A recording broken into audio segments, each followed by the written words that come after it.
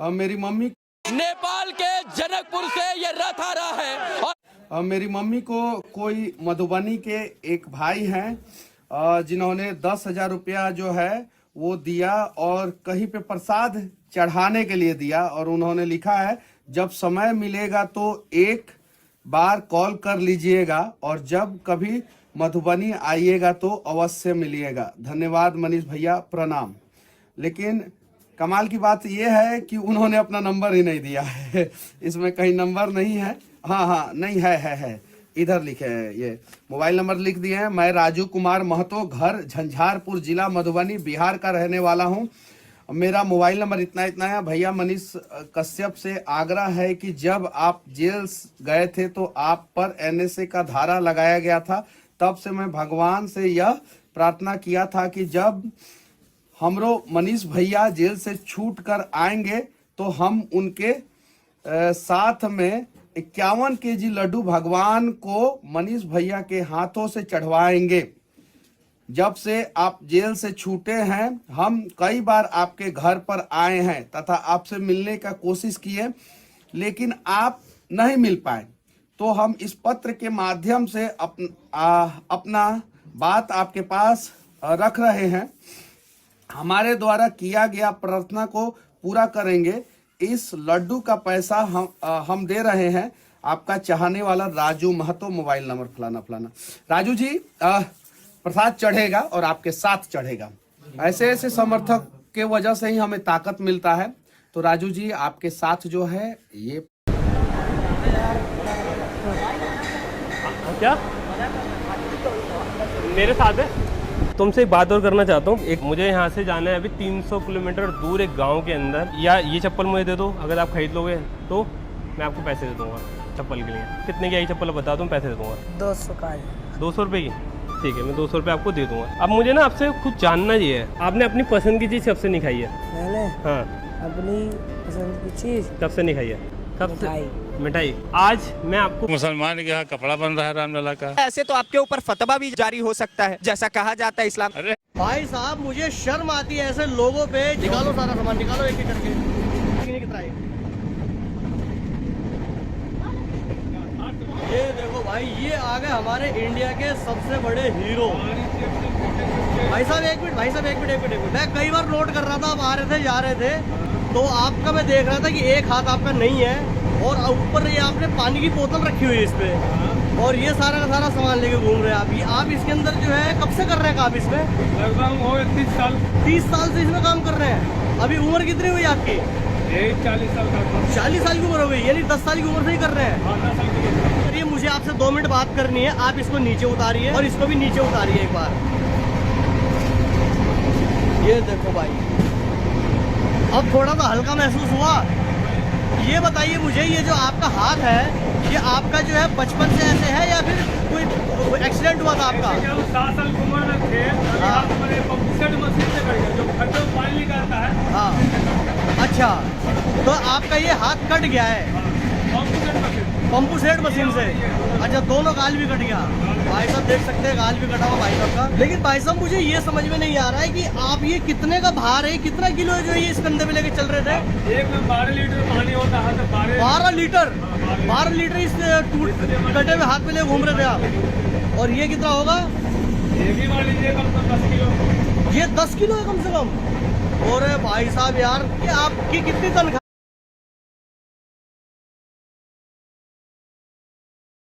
अघोरी चबा के खा जाता है, नहीं है तो विश्वास देख लो।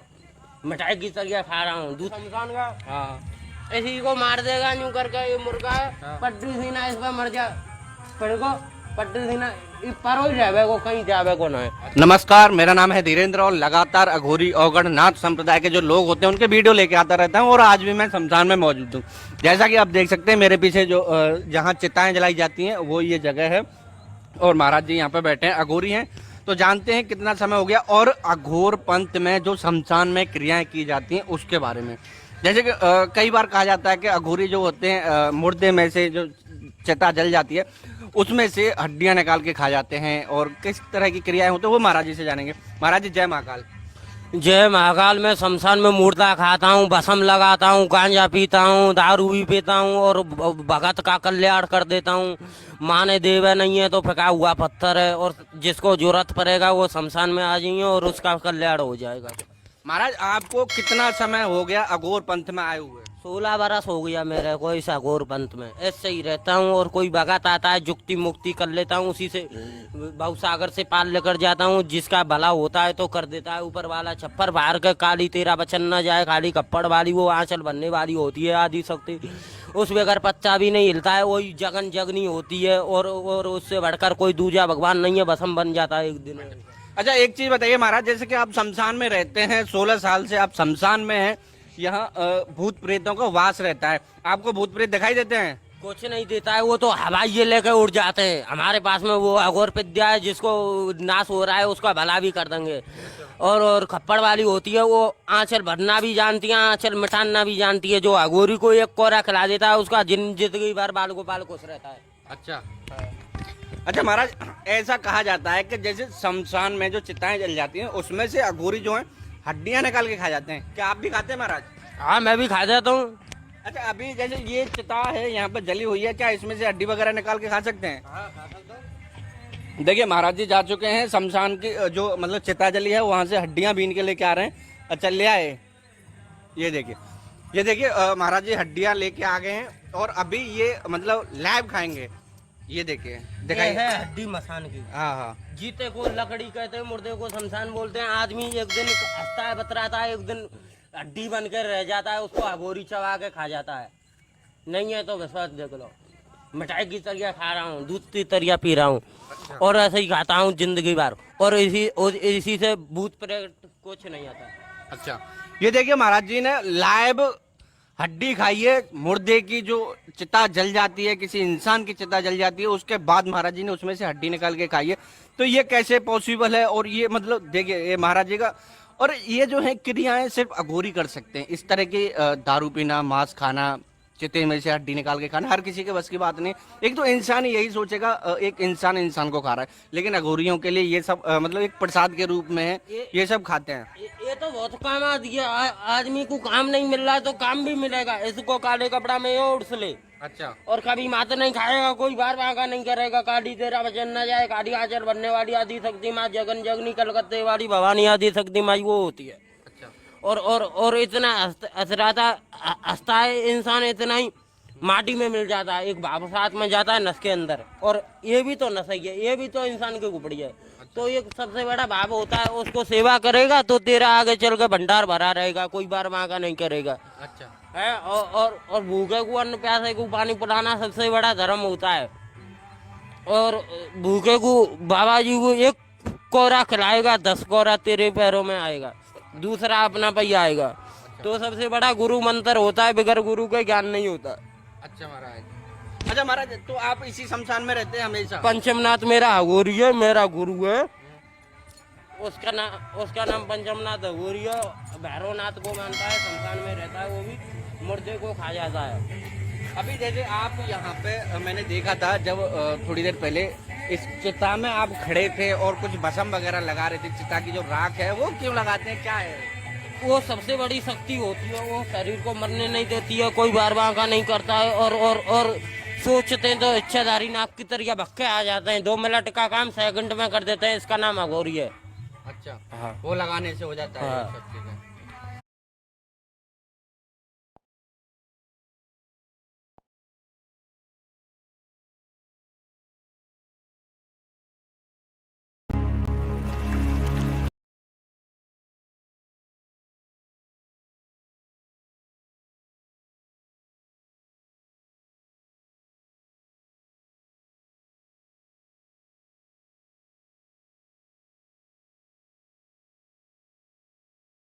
नमस्कार, मैं राणा यशवंत इंडिया।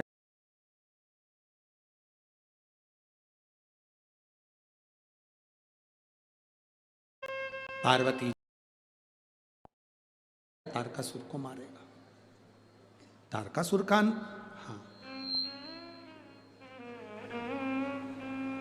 जैसे संत ने कहा कि इनको पानी पीने का तालाब बता देता, सरोवर बता देता, बार बार बाल्टी भरने क्यों जा रहा है? कमाने का तरीका बता दो।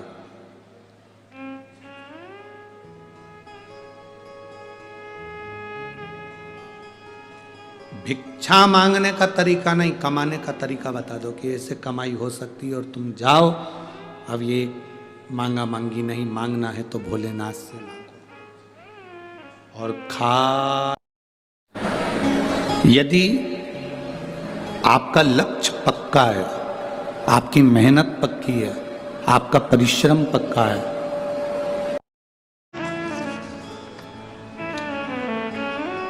मेरा नाम मुकेश, पत्नी का नाम उर्मिला, गांव सिकंदरपुर, जिला भिवानी, हरियाणा से आए।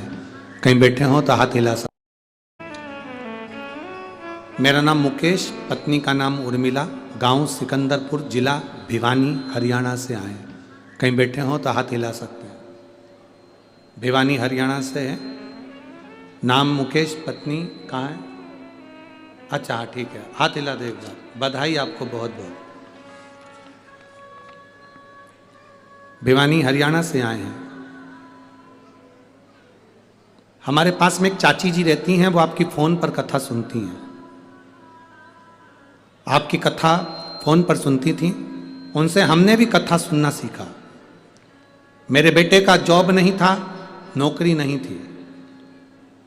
कई बार उसने अप्लाई करा पर उसकी कोई सरकारी नौकरी नहीं लगी। गुरुदेव, मेरा बेटा भी हिम्मत हार गया था, और आखिरी में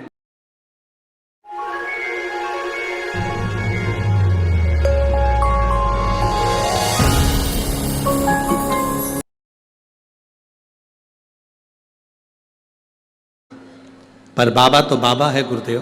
मैंने अपने बेटे से 1 लोटा जल चढ़वाना प्रारंभ करा। आपकी कथा अलवर में हुई, मैं सुनने के लिए एक दिन, कथा के आखिरी दिन कथा सुनने के लिए गई थी। क्योंकि आप कहते हो जो कथा के विराम वाले दिन, समापन के दिन हम बाबा से मांगते हैं, बाबा हमको देता है, क्योंकि जाते जाते वो लुटा कर जाता है। अपने दिल की बात बाबा से कही हुई खाली नहीं जाती।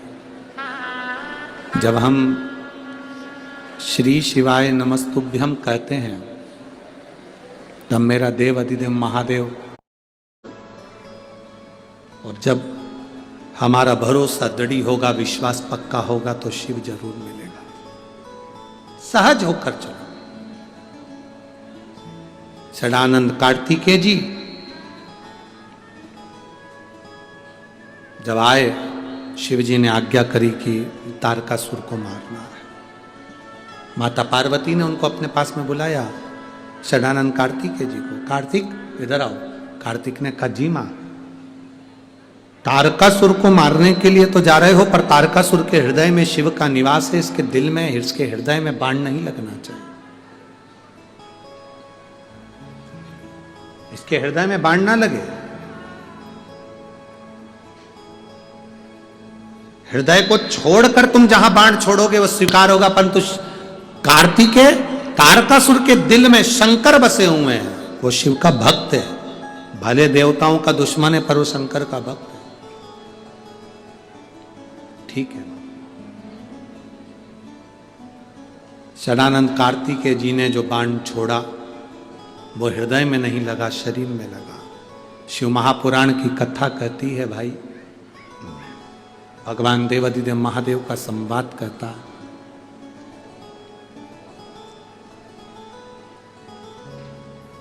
जो शंकर भगवान के मंदिर में जाकर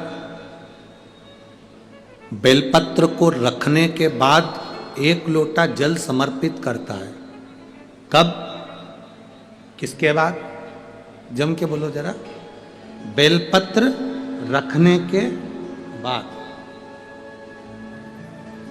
बेलपत्र को रखने के बाद जो 1 लोटा जल समर्पित करता है, और उस जल को जब वो पीता है, तो उसके हृदय में कहीं पर भी ब्लॉकेज होते हैं, या उसकी नाड़ियां चौक हो जाती हैं, या नसें चौक हो जाती है, तो वो पूरी नाड़ियां उसकी खुल जाती है उस जल का पान करने।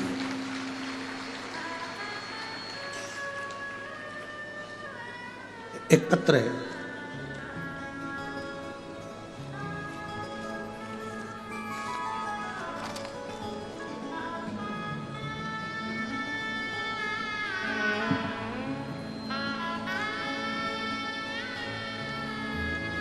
मैं कृष्णा देवी भिवानी हरियाणा से आई हूं। मैं कृष्णा देवी भिवानी हरियाणा से आई हूं। कहीं बैठी हो तो हाथ हिला सकती हैं। भिवानी हरियाणा से आई हूं। मेरी बहू आरती को 4th स्टेज का कैंसर था। कहीं बैठी हो तो हाथ हिला सकती हैं। मेरी बहू आरती को 4th स्टेज का कैंसर था। हमने AIMS बाड़सा इज्जर से इलाज करवाया था। उस समय कोई भी दवाई काम नहीं कर रही थी। गुरुदेव, कहीं बैठी हो तो हाथ हिला सकती हैं। कहाँ है? अच्छा, एक बार हाथ हिलाओ इसे। हाँ ठीक है, दिख गए। दवाइयां काम नहीं कर रही थी क्योंकि 4th स्टेज का कैंसर था। डॉक्टर के हिसाब से बहू को घर भेज दिया गया था और इसका शरीर पूरा बेकार हो गया था। मेरी ननंद टीवी पर आपकी कथा सुनती थी। उसने एक बार हमसे जब स्वास्थ्य पूछा तो हमने उनसे पूछा क्या करें, तो उसने एक ही बात कही कि प्रदीप मिश्रा जी कथा करते हैं टीवी पर, आप सुना करो। और उस कथा में वो जो शिवजी पे जल चढ़ाने का तरीका बताते हैं, उस जल को एक बार पीना चालू करो। हम बेलपत्र पहले बाद में चढ़ाते थे, पहले जल चढ़ाकर बेलपत्र चढ़ाया करते थे। पर रोग मुक्ति के लिए जैसे आपने बेलपत्र चढ़ाने के बाद जल चढ़ाने का वर्णन करा, वो हमने करना प्रारंभ करा। और बाबा का मैं क्या गुणगान करूं गुरुदेव। मेरी बहू के 5 से 6 बार जांच करवा ली और बाबा की कृपा से अब मेरी बहू को कैंसर पूरी तरह से समाप्त हो चुका है। मैं बाबा को यहां नमन करने के लिए आई। बिल्कुल रिपोर्ट नॉर्मल आ गई है और कैंसर पूर्ण तरह से वो समाप्त बता दिया गया है। जो 4th स्टेज का कैंसर था उसमें पूर्ण तरह से आराम है। एक बार दोनों हाथ वापिस हिला दो। मां श्री शिवाय नमस्तुभ्यम। बहू आई है क्या साथ में? आई है, ठीक है। ऐसे हाथ हिला दो बाबू। एक बेलपत्र ले जाना आप, ठीक है। अभी भीड़ ज्यादा है पर जब भी जाएंगे मैं दे जाऊंगा, आप ले लीजिएगा, ठीक है। श्री शिवाय नमस्तुभ्यम। 4th स्टेज के कैंसर के लिए डॉक्टर ने घर भेज दिया था और कहा था यह कैंसर ठीक नहीं होगा, पर बाबा की कृपा सारी समस्या का हल एक शिव तत्व। बैठिए बहन, शिव तत्व। आप शिव की जितनी भक्ति करें वो आपके जीवन का एक आनंद प्रदान करें। बेलपत्र शिवलिंग पर पहले चढ़ाकर, जल चढ़ाकर जब हम पीते हैं उसका फल हमें मिलता ही। आप में से एक माता कोई यहाँ पर बैठी हुई हैं जिनके 20 साल से घुटने टेढ़े थे और घुटने में गैप था। 20 साल से यहाँ बैठी है कोई, अब वो पत्र ढूंढना पड़ेगा। 20 साल से तकलीफ में थी वो। घुटने में गैप था, घुटने टेढ़े हो गए थे और नीचे नहीं बैठ सकती थी। 20 साल से तकलीफ में थी। उसने लिखा कि शिवरात्रि वाले दिन रात्रि को 12 बजे वाला जो बेलपत्र खाने का आपने बताया था, उससे मेरे घुटने ठीक हो गए, मेरी सारी दवाइयाँ छूट गई। मैं बाबा को यहाँ प्रणाम करने के लिए आई। कहीं बैठी हो वो तो हाथ हिला सकती है जहाँ बैठी। और पत्र ढूंढना पड़ेगा, नाम निकालना पड़ेगा, तो वो निकाल सकते। शिव तत्व है, औघड़ी है शिव। आप जब भरोसा कर कर भगवान शिव का, तो यहां माता पार्वती जी कार्तिकेय से कर रही हैं कि बाण तो छोड़ना पर हृदय में ना लगे, इसका स्मरण रखना। बाण छोड़ो, हृदय में ना लगना चाहिए। बाबा ने बाण तो छोड़ा, शरीर में लगा पर हृदय में नहीं लगा। ये शिव कृपा, ये उदारता है बाबा की। और कार्तिकेय के बाणों द्वारा तारकासुर मर गया, हृदय को बाण नहीं लगा। शिव तत्व उसके भीतर था। जो शंकर जी पे चढ़ा हुआ जल का आचमन करता है, शिव उसके हृदय में विराजमान हो जाता है और उसके शरीर का रोग स्वयं शंकर खींच लेता है, उसके ताप को समाप्त कर देता है। वो देवाधिदेव महादेव। समय आया, आगे कुंदकेश्वर महादेव का स्मरण आया। भगवान श्री गणेश जी महाराज का प्रागट्य होता है। जोरदार ताली बजाकर स्वागत करें। श्री गणेश जी महाराज पधार रहे हैं। भाव से भगवान गणेश शंकर पार्वती के साथ आ रहे हैं, सुंदर आनंद के साथ। आज कथा का 4th दिवस यहाँ विराम ले रहा है। कल कथा का 5वां दिन रहेगा। बड़े भाव से कथा का रस तत्व ग्रहण कर अपने जीवन को सार्थक बनाओ, अपने जीवन को धन्य बनाओ। आज चतुर्थ दिवस की कथा यहाँ विराम ले रही है। हर हर महा। जय जय श्री राधे। सभी भक्तों को हर हर महादेव साधा जय श्री कृष्णा। श्री शिवाय नमस्तुभ्यम। व्यासपीठ को नमन करते हुए हम सबके प्रिय, हम सबके लाडले ठाकुर कल्लू जी महाराज के चरणों में नमन करते हुए, परम सत्य परम आदरणीय विश्वविख्यात पूज्य गुरुदेव के पावन चरणों को नमन करते हुए और आप सभी शिव भक्तों के चरणों में नमन करते हुए सुंदर आज चतुर्थ दिवस की कथा हम सभी ने श्रवण करी। कल पंचम दिवस की कथा में हम सभी दोपहर 2 बजे प्रवेश करेंगे और सुंदर अलौकिक दिव्य कथा श्रवण कर अपने जीवन को कृतार्थ करेंगे, आनंद में करेंगे। सुंदर आरती का समय भी हो चुका है। आरती में जिन भक्तों के नाम मंच से लिए जाएंगे वही लोग मंच पे पधारे। पंजाब पुलिस से माननीय एडीजी पी साहब श्री एसपीएस परमार जी बड़े ही आदर और सम्मान से मंच पे पधारे। श्री संदीप जी अहोरी जी बड़े ही आदर और सम्मान से मंच पे पधारे। श्री यश जी यश कंस्ट्रक्शन से बड़े ही आदर और सम्मान से मंच पे पधारे। श्री राजेंद्र कुमार जी बड़े ही आदर और सम्मान से मंच पे पधारे। श्री देवेंद्र जी जैन बड़े ही आदर और सम्मान से मंच पे पधारे। श्री किरण जी जिंदल बड़े ही आदर और सम्मान से मंच पे पधारे।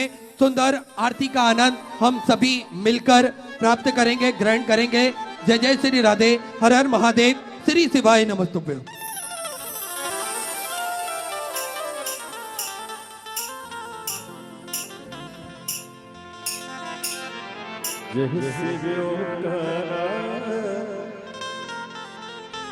भोले भज शिवियो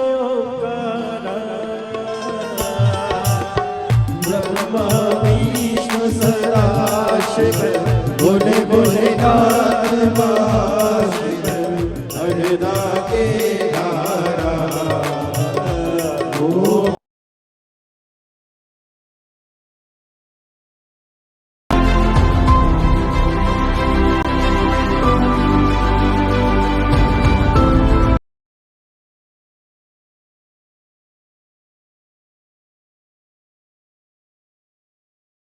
अपने घर में डस्टिंग कर रही। दोस्तों, प्रत्येक जीव का धर्म देश काल और परिस्थितियों के अनुसार बदलता रहता है। जहां देश की सीमा पर तैनात एक सैनिक का धर्म देश रक्षा होता है, वहीं जब वह 2-4 भक्त मेरे सामने दर्शन करने आए, उन्होंने बहुत कड़क आवाज से कह दिया फोटो मत निकालना। ये जो हमारे अंदर दुर्गुण फैला हुआ है ना, हम केदार पहुंचे। बोला है आज ईडी के ऑफिसरों की ये आज सच की बात नहीं होगी तो अधीर रंजन चौधरी। अभी मैं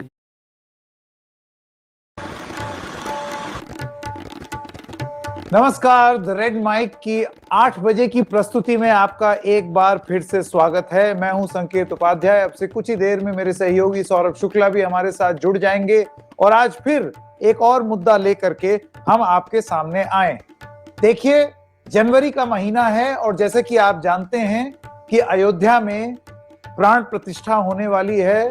प्रभु राम जो हैं वो अब मंदिर का उद्घाटन होगा, वो वहां पर स्थापित हो जाएंगे। इसको प्राण प्रतिष्ठा समारोह कहा जाता है, अंग्रेजी में इसे कॉन्सेक्रेशन कहा जाता है। इसमें तमाम नामी गिरामी हस्तियां उनको बुलाया गया है, वो वहां पर होंगे। एकदम सजा दिया गया है अयोध्या नगरी को। नया रेलवे स्टेशन, नया एयरपोर्ट, उसका भी उद्घाटन हो गया। लेकिन इस सब के बीच में एक चीज है जिसके बारे में आपको जानना बहुत जरूरी है, और वो ये कि अयोध्या में राम मंदिर की जो प्राण प्रतिष्ठा कार्यक्रम है उसमें कुछ ऐसे पीठाधीश भी हैं, कुछ ऐसे पीठों के जगत गुरु शंकराचार्य भी हैं जो कि इसको ठीक नहीं मानते और अपने कारणों की वजह से उनका यह कहना है कि हम नहीं आएंगे। वो कहते हैं कि हम इस कार्यक्रम में सम्मिलित नहीं होंगे। और ये सनातन धर्म के सर्वोच्च धर्म गुरु हैं। एक एक करके आइए इनके बारे में बात करते हैं और आपको बताने की कोशिश करते हैं कि ये लोग कौन हैं। जरा स्क्रीन पर सौरभ शुक्ला अब आए और वो एक एक करके बताएं। हम उनका नाम लेंगे जो अलग अलग पीठों के, 4 पीठों के जगत गुरु शंकराचार्य हैं। और सौरभ, मैं चाहूंगा अगर आप दर्शकों को ये बताएं कि उनकी मुख्य रूप से आपत्ति क्या है। 4 पीठाधीश हैं, ये बहुत ही मतलब मजबूत पीठाधीश हैं, इनके बहुत मायने रखते हैं जो ये बोलते हैं, सनातन धर्म को ये बहुत अच्छे से समझते हैं। फिर ऐसी क्या मजबूरी है जो इनको लगता है कि प्राण प्रतिष्ठा में शामिल ना हो। तो सबसे पहले जरा स्क्रीन पर हम लाएं, ये मैं चला रहा हूं क्लिप, अभी थोड़ी देर में हमारे दर्शक उसको देख भी लेंगे कि हम किस पीठ के किस जगत गुरु की बात कर रहे हैं। अभी थोड़ी देर में वो क्लिप सामने आ जाएगी। बहरहाल सौरभ, जब तक वो क्लिप लोड हो रही है आप एक समरी दे दें दर्शकों के लिए। म्यूट पर हैं आप सौरभ, मैं जरा अनम्यूट कर देता हूं। जी जी लीजिए, अब बोलिए सौरभ, अनम्यूट। हाँ जी, तो संकेत जिस दिन की तस्वीर आप दिखा रहे हैं, हम लोग दिखा रहे हैं, वह है शंकराचार्य स्वामी अविमुक्तेश्वरानंद सरस्वती।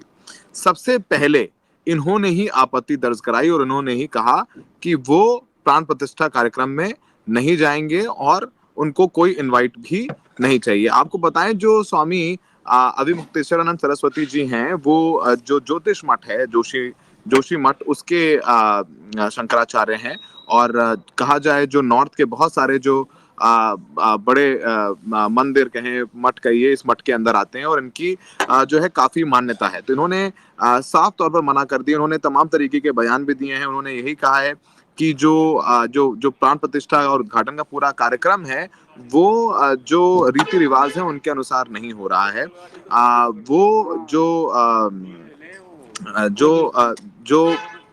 साधु संत होते हैं उनको ये काम करना चाहिए। प्रधानमंत्री मोदी जो प्राण प्रतिष्ठा या उद्घाटन कर रहे हैं, वो उनका काम नहीं है, ये साधु संतों का काम है और उन्हें ये काम करने देना चाहिए। और इसमें राजनीतिक दखल दिया जा रहा है क्योंकि चुनाव नजदीक है लोकसभा के, इसलिए राजनीतिक लाभ लेने के लिए जनवरी महीने में इस पूरे उद्घाटन की प्राण प्रतिष्ठा की तारीख तय की गई और अपने मन मुआफिक साधु संतों को बुलाया जा रहा है जो कि केंद्र सरकार के नैरेटिव को सूट करते हैं, तो उनको बुलाया जा रहा है और ये वहां जाना इनके स्वाभिमान के विरुद्ध होगा। देखिए, पहली बार नहीं है जब स्वामी अविमुक्तेश्वरानंद सरस्वती प्रधानमंत्री मोदी को लेकर के तीखे हो रहे हैं। इससे पहले जब काशी का कॉरिडोर बना था, मंदिर, काशी मंदिर का, विश्वनाथ मंदिर का, तो जो वहां पर तमाम छोटे छोटे मंदिरों को तोड़ा गया था, उस पर भी उन्होंने काफी जो है आलोचना की थी प्रधानमंत्री मोदी की। तो उन्होंने यही कहा है कि अगर मैं पढ़ के बता दूं, उन्होंने कहा है कि जो सरकार है वो धर्म के विरुद्ध आचरण कर रही है। किसी पिछड़ी जाति को मंदिर का पुरोहित बनाना श्री राम के आदर्शों का अपमान है। मतलब उन्होंने यही कहा है कि जो अपर कास्ट है वही जजमान हो सकता है। तो एक जाति का टिप्पणी भी उनकी तरफ से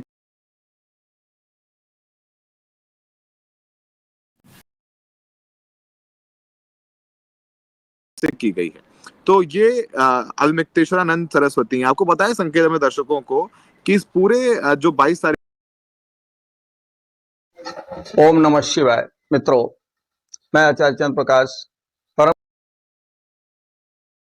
तो आदाब, नमस्कार, गुड इवनिंग, सत श्री अकाल। एक बार फिर आप तमाम लोगों का स्वागत है क्राइम तक की कहानी के इस एपिसोड में। उम्मीद है पूरी फैमिली अच्छी होगी, अपना और अपनों का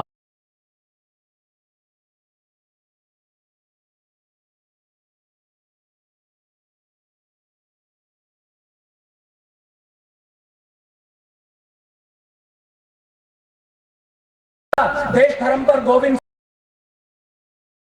सनातन धर्म के अनुसार समय कभी रुकता नहीं। जारी कर रहा है और विपक्ष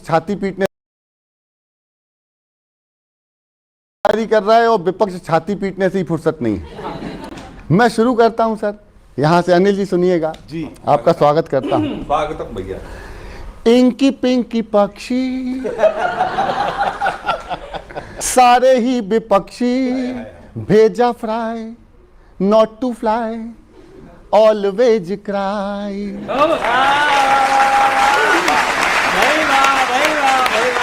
ईडी का पिंजरा है, पिंजरे में तोता है, 24 में देखते हैं इनका क्या होता है। 24 में देखते हैं इनका क्या होता है। सुनना गौरव, कि नादानियों की भरमार है, आपस में इनकी तकरार है, दिख रहा 24 में मोदी से इनकी फिर हार है। मोदी जी हट जाए कपड़े ऐसे कोई धोता है, 24 में देखिए इनका क्या होता है। तो लगाते था, ठीक है। दुनिया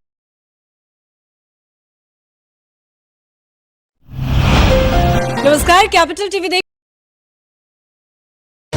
इतिहास के गर्भ में क्या छिपा है, हमारे पूर्वज क्या करते थे, कैसे रहे। नमस्कार, कैपिटल टीवी देख रहे हैं आप, मैं हूं आपके साथ पूजा। ब्रेकिंग नाउ में बड़ी खबर आपको बता रहे हैं। विपक्षी गठबंधन इंडिया में सीट शेयरिंग को लेकर बवाल बढ़ता ही जा रहा है। एक के बाद एक नेताओं की तरफ से बयानबाजी भी की जा रही है। तो वहीं आज सीट शेयरिंग के मुद्दे को लेकर दिल्ली में महत्वपूर्ण बैठक भी हुई। इस बैठक में कांग्रेस के नेता तो शामिल हुए, आरजेडी के नेता भी पहुंचे, पर जेडीयू के नेताओं ने दूरी बना ली। तो क्या कुछ अपडेट है, तमाम बड़ी खबर आपको बताएंगे। मेरे साथ न्यूज रूम से जुड़े हुए हैं कैपिटल टीवी के editor in chief doctor Manish Kumar. Bihar में सीट शेयरिंग को लेकर आज दिल्ली में मीटिंग हुई, पर जेडीयू के नेता क्यों नहीं पहुंचे? देखिए, आज तारीख है 7। खड़गे साहब दिल्ली की मीटिंग में और उसके बाद लगातार कह रहे थे कि 7 तारीख को फॉर्मूला फाइनल हो जाएगा। हर राज्य में कौन कितने सीटों पर लड़ेगा वो फाइनल रिजल्ट आ जाएगा। आज तारीख हो गया 7, फिर ये आगे बढ़ गया। अब कोई मीटिंग होगी नहीं होगी, कौन मीटिंग में आ रहा है नहीं आ रहा है, पूरा कंफ्यूजन है। सब बाहर हाथ में खंजर लेके अपने ही अलायंस पार्टनर के पीठ में भोके जा रहे हैं, एक दूसरे को घायल किए जा रहे हैं। कंफ्यूजन ही कंफ्यूजन है, सॉल्यूशन का कुछ पता नहीं। कंफ्यूजन फैला रही है कांग्रेस पार्टी। अब आप कल के बयान को सुनिए। एक तो उनको कह दिया गया भाई किस तरह का अध्यक्ष है खड़गे, हमको समझ में नहीं आता। पत्रकार सवाल पूछ रहे, करे भाई चिट खत्म हो गया, प्रेस कॉन्फ्रेंस खत्म। और उनसे पूछा कि भाई नीतीश कुमार संयोजक बनेंगे क्या, तो उनको कह दिया गया कि ये सवाल तो वैसा ही जैसे कौन बनेगा करोड़पति में सवाल पूछा जाता है। मतलब what you are doing, you are demeaning Nitish Kumar. आप नीतीश कुमार का मजाक उड़ा रहे हैं। मतलब साफ है कि कोई गठबंधन नहीं होना है। वो तमाम दलाल पत्रकार का जो पूरा जत्था है कि भाई सारे लोग एक साथ मिल जाओ, मोदी को हरा देंगे, बीजेपी हार जाएगी, ये कोई खबर कर रहा है कि भाई क्या हुआ आज मीटिंग में? आज 7 तारीख को पूरे देश भर में फैसला हो जाना था, पहली मीटिंग हुई है मुकुल वासनिक के घर पे कि सबसे पहले बिहार में ही प्रॉब्लम सॉल्व करते हैं। सॉल्व क्या करेंगे, और मामला जो है वो उलझ गया। नीतीश कुमार को साधने के लिए मीटिंग बुलाई गई कि भाई सब लोग अपना अपना पक्ष रखेंगे, बातचीत करेंगे, सीट शेयरिंग के ऊपर कोई फार्मूला तैयार कर लेंगे। नीतीश कुमार ने कहा हम जाएंगे नहीं। ये कांग्रेस कौन होती है, उससे क्यों बात करेंगे हम, कांग्रेस की हैसियत क्या है? कारण वो मैं आपको बताऊंगा। मीटिंग मुकुल वासनिक के घर पे हुई। मुकुल वासनिक के घर पे कौन पहुंचा, तो मनोज झा पहुंच गए, आरजेडी वाले। जेडीयू से कोई पहुंचा नहीं पहुंचा। और वहां बकायदा बाहर ये लोग, उसकी कुछ तस्वीरें आई बाहर, जिसमें लैपटॉप के ऊपर जूम से साथ जुड़े थे, वर्चुअल इस मीटिंग में शामिल हुए लालू यादव और तेजस्वी यादव। कांग्रेस पार्टी के बिहार के अध्यक्ष अखिलेश सिंह वो भी मौजूद थे। तो ये मीटिंग तो हुई, लेकिन फैसला नहीं हो पाया। कारण नंबर 1, जेडीयू इसलिए नहीं गई क्योंकि जेडीयू साफ साफ ये कह रही है कि मैं तो कांग्रेस पार्टी को जानता ही नहीं कि है कौन। मेरा गठबंधन, मेरा अलायंस लालू प्रसाद यादव से हुआ है। तो लालू प्रसाद से जो हमने बातचीत की, तो लालू के साथ कांग्रेस पार्टी, वामपंथी और बाकी सारे लोग आए। मतलब हमारी बातचीत नीतीश, और ये फैक्चुअल बात भी है और ये बात सही भी है, वो ये कह रहे हैं कि भाई हमारी बात तो सिर्फ लालू प्रसाद यादव से हुई थी, हम तो कांग्रेस के पास नहीं गए थे कि भाई गठबंधन में आ जाओ। तो हमारा ये मानना है कि पिछली बार हम 17 पे लड़े थे, इस बार भी 17 पे लड़ेंगे। 16 हम जीत के आए हैं। संजय झा जो नीतीश कुमार के सबसे बड़े राइट हैंड हैं, उन्होंने साफ साफ कहा कि 16 सीटें तो हमारी है जहां पे हमारा सिटिंग सांसद है, और एक उससे ज्यादा पिछली बार 17 लड़े थे, तो इस बार भी दोस्तों, केजरीवाल सरकार ने जो भ्रष्टाचार का पेड़ उगाया है उसकी फसल। इतिहास के गर्भ में क्या छिपा है? हमारे पूर्वज क्या करते थे, कैसे रहते थे, आदि मानव कैसे रहते थे? क्या पत्थरों पर तस्वीर बनाकर वो हमसे कुछ कहना चाहते थे? क्या भारत के इतिहास के बारे में अभी और जानकारी मिलेगी? इन सब की पड़ताल आज कवर स्टोरी में।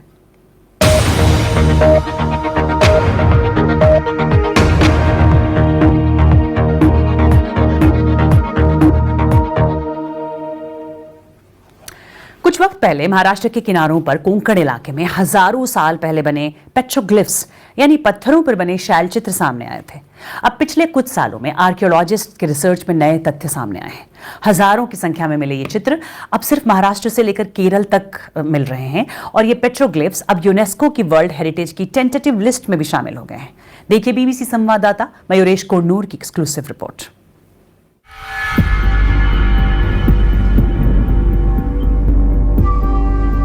इन शैल चित्रों को बनाने वालों की खोज पुरातत्व के जानकारों को यहाँ इस गुफा तक खींच लाई है।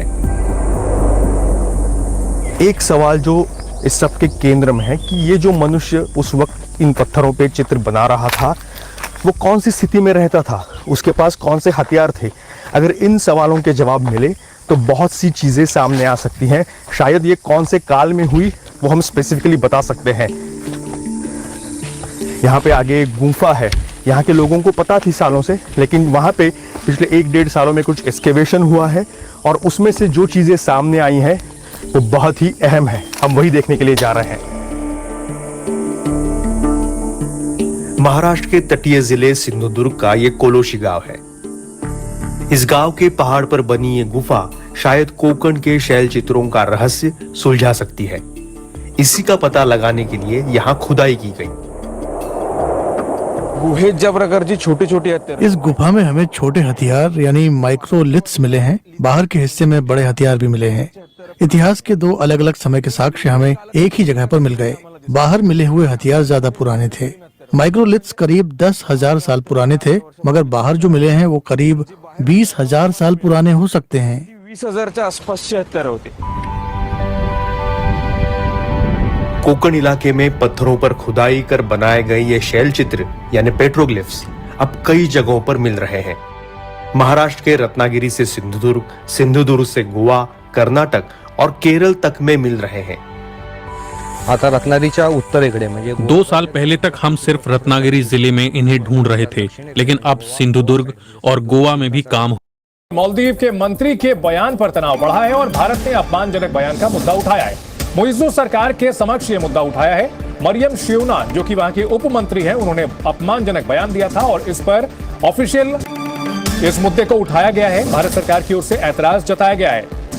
मालदीव्स वैसे भारत का दोस्त राष्ट्र है, मित्र राष्ट्र है, लेकिन पिछले चुनाव में वहां मोहम्मद मुइज्जू की सरकार आई है जो कि भारत विरोधी माने जाते हैं, और उनकी सरकार आने के बाद से ही भारत विरोधी लगातार कदम उठाए जा रहे हैं। और इन सब के बीच प्रधानमंत्री नरेंद्र मोदी ने जब लक्षद्वीप का एक वीडियो ट्वीट किया तो इसको लेकर के मालदीव्स के मंत्रियों की बयानबाजी शुरू हो गई, और मालदीव के मंत्री की बयानबाजी पर भारत ने ऐतराज जताया है और इस मुद्दे को ऑफिशियली उठाया है।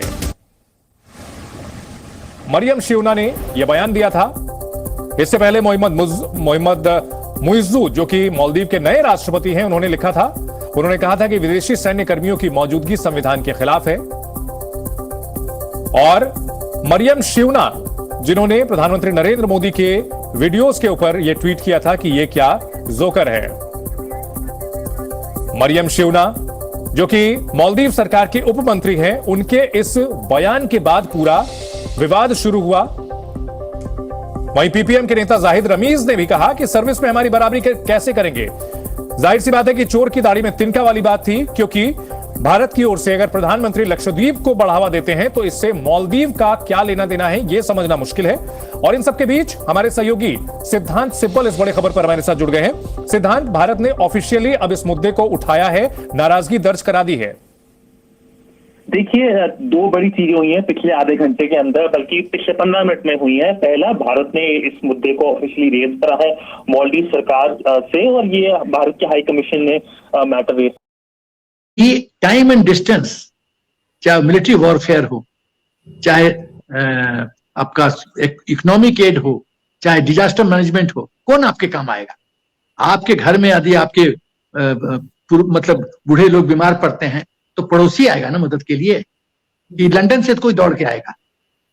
पहले तो पड़ोसी तो फिर यदि पड़ोसी आएगा तो मालदीव को ये समझना पड़ेगा हिंदुस्तान की दोस्ती महत्वपूर्ण है कि चीन की।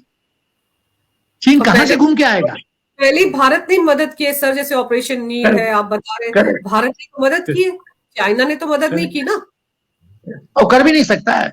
वो डर्टी गेम खेलता है, डर्टी ट्रिक्स मास्टर है। वो पैसा देता है कैंडिडेट को, अपने पॉकेट में रख लेता है, उसको जिता देता है, पैसा पानी की तरफ बहता है, और उसके बाद राष्ट्र का हित शुरू हो जाता है। जैसे मोदी इस केस में मालदीव का हित कर रहा है। वहां के लोग ना खुश हैं, और इसी वजह से सैटरडे से लेके संडे सुबह तक वहां का ट्वीट वगैरह सब कुछ सरकार ने बंद कर दिया था, क्योंकि इतना एडवर्स ट्वीट चल रहा था देश में। उस गति को, उस आंधी को, तूफान को रोकने के लिए ट्वीट ही बंद कर दिया। अभी पता चला कि थोड़ी देर पहले खुला है। तो भाई सरकार तो हिल रही है, ये आप लोगों ने क्या कर दिया?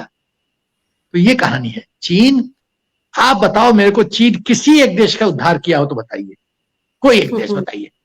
वो पाकिस्तान को जो सो कॉल्ड बोलता है सदाबहार दोस्त है, अरे वहां तो पाकिस्तान की औरतें, मतलब मुझे बहुत दुख लगता है, मुझे कहना नहीं चाहता, पाकिस्तान के औरतों के साथ क्या चीन में हो रहा है मैं बोल नहीं सकता मर्यादा के तहत। तो जो, अरे जब तुम्हारी सदाबहार दोस्त है तो उसकी महिलाएं तो तुम्हारी बहन बेटी मां होनी चाहिए, उसका तो सम्मान होना चाहिए। उनकी दुर्दशा चीन में है। तो ये चीन किसी का भला नहीं कर सकता, ये खाली सेल्फिश, मैं विश्व का सुपर पावर बन जाऊं। उनका शब्द है जोंगुआ। जोंगुआ मतलब चीन वर्ल्ड का सुपर पावर नंबर 1 बने। जोंगुआ नहीं होगा चीन, ओंगुआ होगा। तो वहां लटकते नजर आओगे कुछ दिन में, ओंगुआ।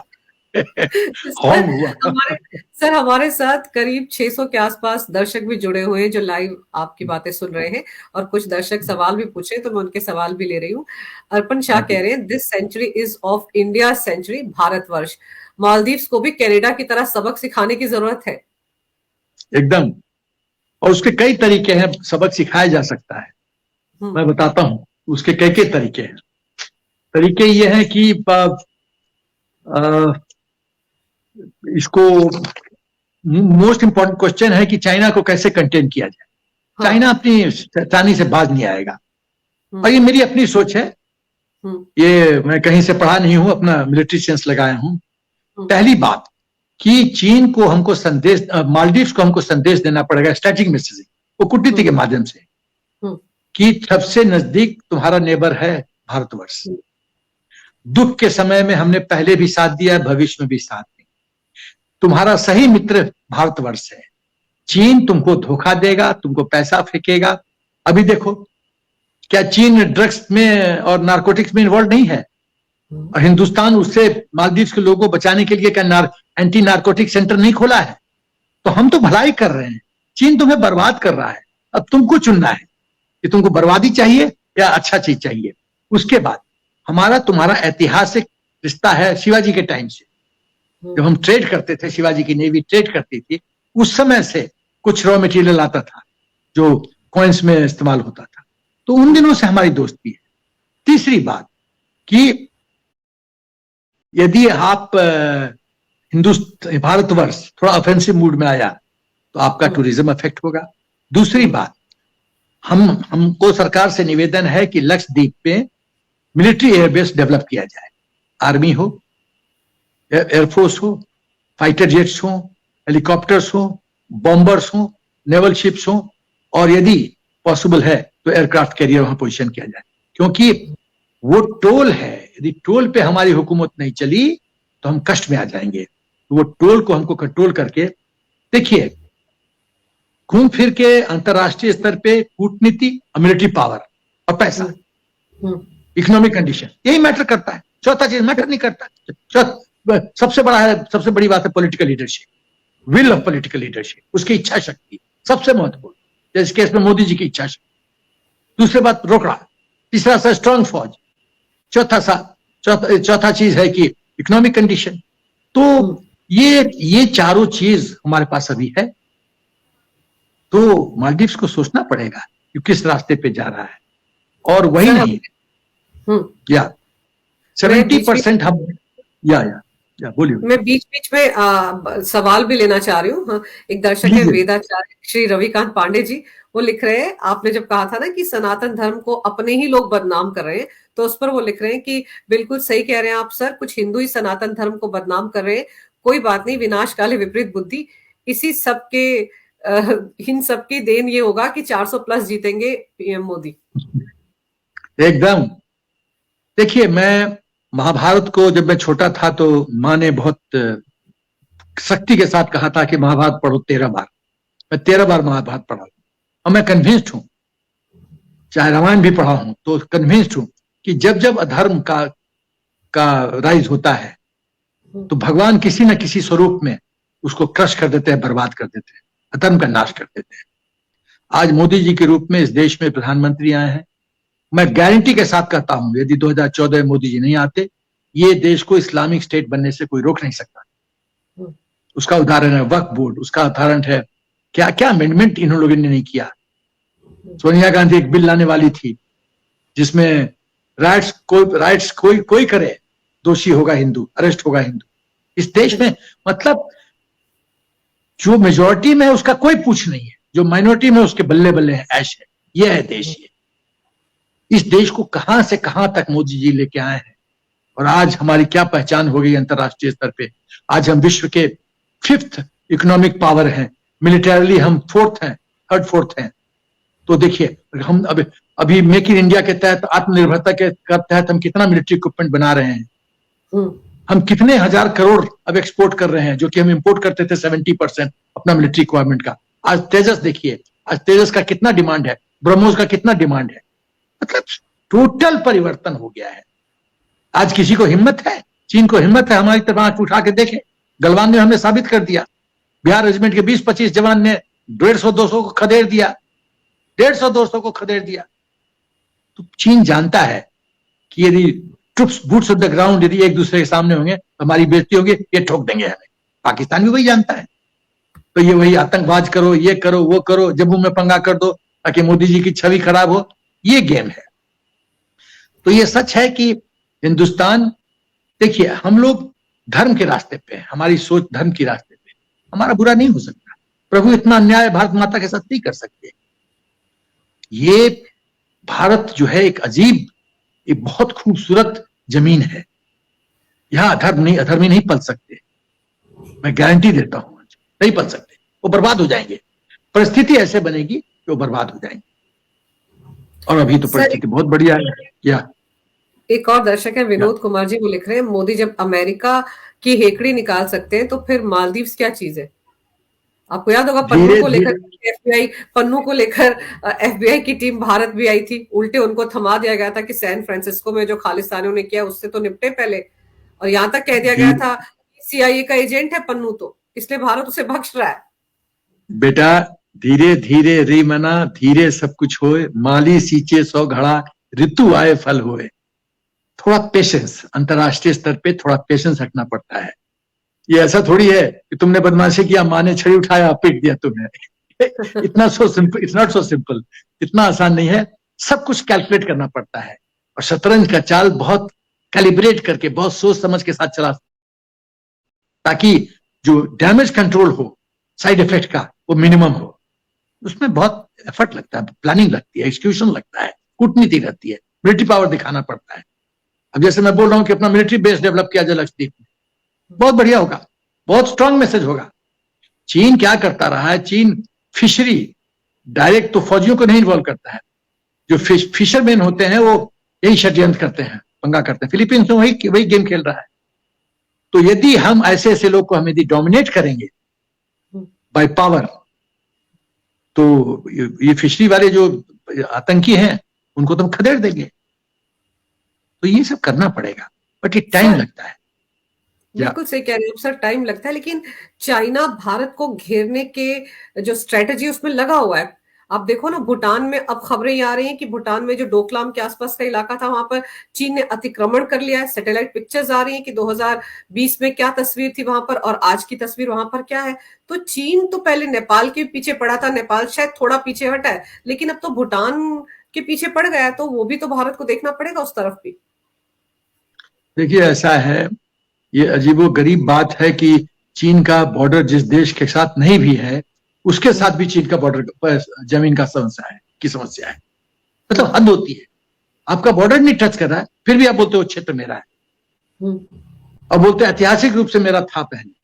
अरे ऐतिहासिक रूप से तो हमारे राजा महाराजा जो थे वो भी चीन के प्रिंसेस से शादी किए थे, तो चीन के प्रिंसेस से शादी किए थे तो राजा तो हम हुए, तो पूरा चीन हमारा है। तो इस पर भी डिस्कस कर लो कभी। चीन तो हमारा है क्योंकि तुम्हारी बेटी आई थी बहू बन के हमारे घर, हमारा हुकूमत था तुम्हारे देश पे, तो तुम्हारा देश तो हमारा है। ये गलथेथरी, मतलब इनको गलथेथरी करने के लिए हम लोग को जवाब देना पड़ेगा कि इतिहास को ऐसे डिस्टॉर्ट करके तोड़ मरोड़ के पेश नहीं कर सकते। मैं हिस्टोरिकली ईयर वाइज बता सकता हूं कि हमारे राजा कौन थे और किस समय राज किया था उन्होंने, ये सच है, मैं झूठ नहीं बोल रहा। तो सवाल ये होता है, चीन एक रोग स्टेट है और उसकी जो स्ट्रेटजी है, स्ट्रेटजी नंबर 1 जोंगहुआ, स्ट्रेटजी नंबर 2 2 कदम आगे 1 कदम पीछे, लैंड ग्रैबिंग करते रहो, ग्रैब करते हो, किसी भी क्षेत्र को आगे बढ़ो 1 कदम पीछे आओ और उसको कंट्रोवर्शियल घोषित कर दो कि कंट्रोवर्शियल लैंड है, और उसको फिर बोलो नहीं मेरा है, मेरा है, मेरा है, मेरा है, हिस्टोरिकली मेरा था। ये गेम है, यही टेम्पलेट, यही स्ट्रेटजी चीन हमेशा इस्तेमाल करता है, चाहे वो हिंदुस्तान हो, चाहे फिलीपींस हो, कहीं वो करता है। और अब देखिए यार सर, मैं ये कह रही थी कि जैसे पीएम मोदी जब कुछ काम करते हैं ऐसा, तो विपक्ष किस तरह की बातें करता है। अभी ये जो लक्षद्वीप की उनकी तस्वीरें आई थी जिनको लेकर मालदीव में बवाल मचा हुआ है, देश में एक सबसे पुरानी पार्टी है, उसके जो अध्यक्ष है मल्लिकार्जुन खड़गे, वो किस तरह की टीका टिप्पणी कर रहे थे। आप मालदीव के नेताओं को तो भूल जाइए, कह रहे थे पीएम मोदी तो पर्यटन के लिए वहां गए हैं, मजे कर रहे हैं, फोटो खिंचवा रहे हैं, मणिपुर जाने का टाइम उनके पास नहीं है। मणिपुर उन्हें जाना चाहिए, जबकि उनके अपनी पार्टी के नेता जो अब यात्रा फिर से शुरू करने जा रहे हैं, राहुल गांधी, पता नहीं किसको न्याय दिलाने वाली यात्रा, वो पूर्व से पश्चिम तो चल रही है, लेकिन पूर्व में अरुणाचल प्रदेश से शुरू नहीं हो रही है, मणिपुर से शुरू हो रही है। देखो अंजू, कांग्रेस, नेहरू परिवार चाइना के एजेंट्स हैं। सॉरी, मैं बहुत ही टफ स्टेटमेंट दे रहा हूं, चाइनीज के एजेंट्स हैं। सबूत नंबर 1 2008 में MOU साइन करना। सबूत नंबर 2, चिदम्बरम ऐसे लोग जब चाइना गए थे, उनका दूसरा मिनिस्टर है आनंद, नहीं मुस्लिम मिनिस्टर जो था, खैर मैं भूल गया नाम, सलमान खुर्शीद, बोलता है कि इतना खुर्शीद इतना बढ़िया है चीन के, मन करता है यहीं रह जाओ। तो रह क्यों नहीं गए? ये लोग चाइना के बिहार पे, उसके इशारे पे नाचते हैं। जो गलती नेहरू ने किया, उसी गलती पे फिर ये उसी रास्ते पे चल रहे हैं। अभी तक ये लेसन इन्होंने सीखा नहीं है कि चीन पे विश्वास करना आत्मघातक हो। तो ये कहानी है। तो और चीन को खुश करके आप देखिए, राजीव गांधी फाउंडेशन में पैसा कहां से आता है? आप दुश्मन से पैसा कैसे ले सकते हो, और भी पार्टी के फाउंडेशन में? यदि बेवकूफ बना के हम वो चीन से पैसा ले लेते हैं अपना इंफ्रास्ट्रक्चर डेवलप करने, तो वो तो थोड़ी बात समझ में आती है। लेकिन कोई पार्टी अपने फंड में, फाउंडेशन में पैसा ले, इसका मतलब कनेक्शन कुछ दूसरा है, तो दूसरा कनेक्शन हो जाता है। तो ये तो शुभचिंतक हैं चीन के। तो ये इनसे तो क्या एक्सपेक्ट करती है? इनको 2008 का जो वो भी पता नहीं सर उसमें क्या था। एग्जैक्टली। और ये देश की डेमोक्रेसी में इतनी फ्लेक्सिबिलिटी है, ये दादागिरी इनकी चल रही है। ये तो राजद्रोह है। 2008 का MOU तो राजद्रोह है। इसमें तो तुरंत पनिशमेंट होना चाहिए, देश से बाहर निकाल के फेंक देना चाहिए नेहरू परिवार को। ये तो राजद्रोह है। आप कंटेंट अभी तक नहीं बताए, क्या उसमें लिखा हुआ है? तो ये इनसे क्या एक्सपेक्ट करते हैं? सर, इन्होंने अभी फंड भी इकट्ठा करना शुरू किया था ना, क्राउड फंडिंग से, कि पार्टी तो शायद कंगाल हो गई है, पार्टी को बहुत पैसा चाहिए है। तो एक दर्शक है हमारे भगवंत सिंह, वो लिख रहे हैं राहुल गांधी की न्याय यात्रा नहीं, कांग्रेस की आय यात्रा है, 11 करोड़ रुपया इकट्ठा कर लिया है। मैं एग्जैक्टली जानता हूं ये नौटंकी क्यों किया गया है कांग्रेस के द्वारा, लेकिन बोलूंगा नहीं। सर, ब्लैक मनी को व्हाइट करने के लिए ही तो किया गया है, जो उनके पास पैसे है उसको कैसे पब्लिक डोमेन में क्राउड फंडिंग, आप नहीं बोल रहे, मैं बता रही हूँ, क्राउड फंडिंग सर किसने की होगी, कौन पैसा दे रहा होगा? क्या ये कहीं किसी वेबसाइट पे डालेंगे कि फलाने ने पैसा दिया था? मैं कुछ नहीं बोलूंगा अंजू, आपको जो बोलना है बोलिए, मैंने इशारों में बात कह दी अपनी। लेकिन सर, सवाल तो फिर यही है ना कि अरुणाचल प्रदेश से यात्रा इसीलिए शुरू नहीं कर रहे राहुल गांधी क्योंकि चाइना नाराज हो जाएगा। आपको याद होगा हमारे अभी पिछले दिनों चाइना जाने वाले थे, उनको उन्होंने स्टेपल वीजा दिया था चाइना ने। एकदम यही तो बात है। जब नॉर्थ ईस्ट का जर्नी कर रहे हो तो अरुणाचल से क्यों नहीं शुरू किए? बिल्कुल, क्यों बिग ब्रदर गुस्सा हो जाएगा, फिर पैसा नहीं देगा राजीव गांधी फाउंडेशन। चक्कर ये है, मतलब हद होती है। अरे आपको सत्ता में आना है, आप अच्छा काम करो, राष्ट्र का कॉन्फिडेंस जीतो, विश्वास जीतो, राष्ट्रीयता साबित करो कि राष्ट्र हित में सब फैसला ले रहे हो, तो लोग देंगे वोट। तुम्हारा तो हर सब हरकत है एंटी नेशन, फिर कैसे वोट मिलेगा? वो जमाने गए। देखो, आप सोशल मीडिया बहुत एक्टिव हो गई अंजू, सोशल मीडिया में सब लोग सुनते हैं, आपके चैनल को लोग देख रहे हैं, मैं बोल रहा हूं लोग देख रहे हैं, बिल्कुल गांव में भी देख रहे होंगे, तो उनकी बात तो उनके मन में जा रही है, दिमाग में जा रहा है ना कि जल सिन्हा साहब ने ये कहा। तो ये तो प्रभाव छोड़ेगा, प्रभाव छोड़ेगा तो उसका इफेक्ट वोटिंग पे पड़ेगा।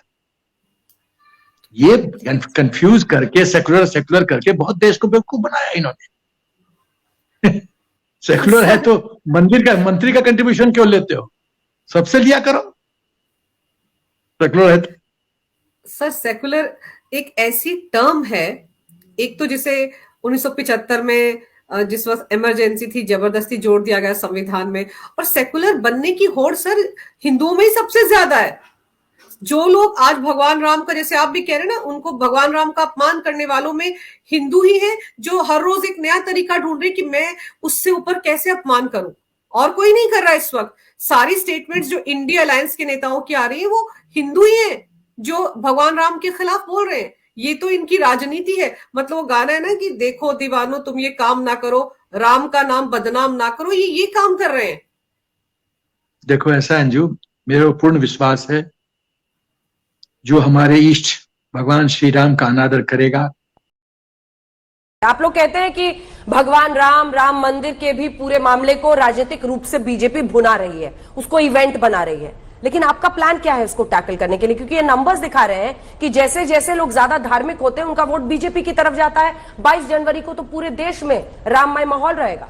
मुझे ऐसा लगता है सबसे पहले चीज को टैकल करना चाहिए। धर्म क्या है और किस आधार पे आप किसी को ज्यादा धार्मिक मान रहे हैं, किसी को कम मान रहे हैं। हो सकता है कोई व्यक्ति कभी मंदिर ना जाता हो लेकिन धर्म भीरू हो सकता है वो भगवान में ज्यादा आस्था रखता हो सकता है वो न्याय को ज्यादा मानता हो सकता है वो सत्य में आस्था रखता हो सकता है वो नारी सम्मान में आस्था रखता हो, जो धर्म के मूल हैं। तो सबसे पहले एक हिंदू होने के नाते और एक प्रैक्टिसिंग हिंदू होने के नाते मैं जानना चाहती हूँ कि धर्म क्या है।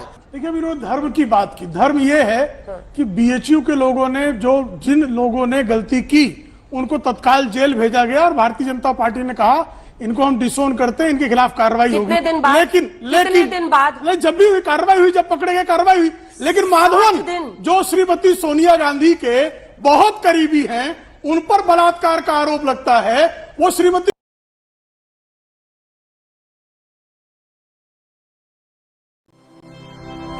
स्टडी IQ IAS अब तैयारी हुई अफोर्ड कि जहां केवल इस्लाम है, कोई दूसरा मजहब है ही नहीं जिन देशों में है, शासन भी जहां शरीयत से ही चल रहा, वहां वो बंदूक क्यों चल रही, बम क्यों फट रहा? इसका मतलब कुछ गड़बड़ है, उसको समझना पड़ेगा। उसकी MRI जरूरत थी, यहाँ का मुसलमान क्यों कन्वर्जन में आया? आपने अपना ईद ठीक ठाक क्यों नहीं रखा? आपके पास जात व्यवस्था क्यों थी? छुआछूत क्यों था? तो आप भी आईना देखिए, मैं हिस्टोरियन औरंगजेब जैसे लोग, आपके हाथ में तलवार थी मुफ्ती साहब, इसलिए धर्मांतरण हुआ। एक हाथ में कुरान और एक हाथ में तलवार। बोले कुरान मानते हो, कलमा पढ़ोगे? बोले नहीं। खटाक, दूसरे ने डर के मारे का पढ़ रही।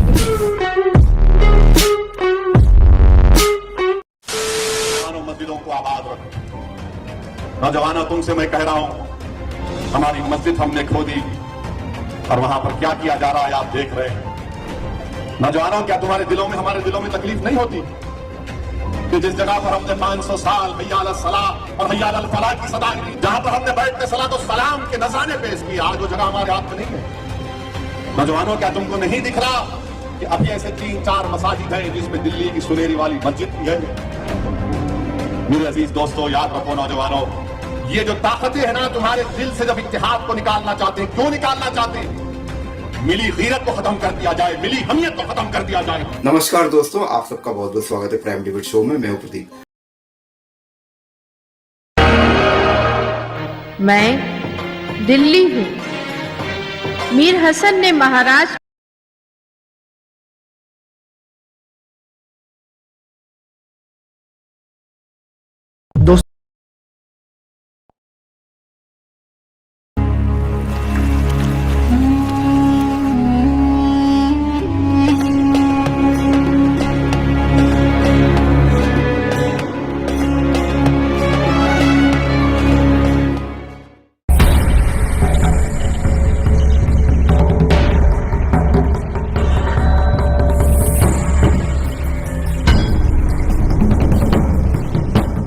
चहुं दिशाओं में राम मंदिर की गूंज है, क्योंकि अयोध्या का महापर्व प्रभु राम की प्राण प्रतिष्ठा और विराट राम मंदिर का भव्य निर्माण अब जाकर साक्षात्कार हुआ है। वर्षों का इंतजार, वर्षों की तपस्या, वर्षों का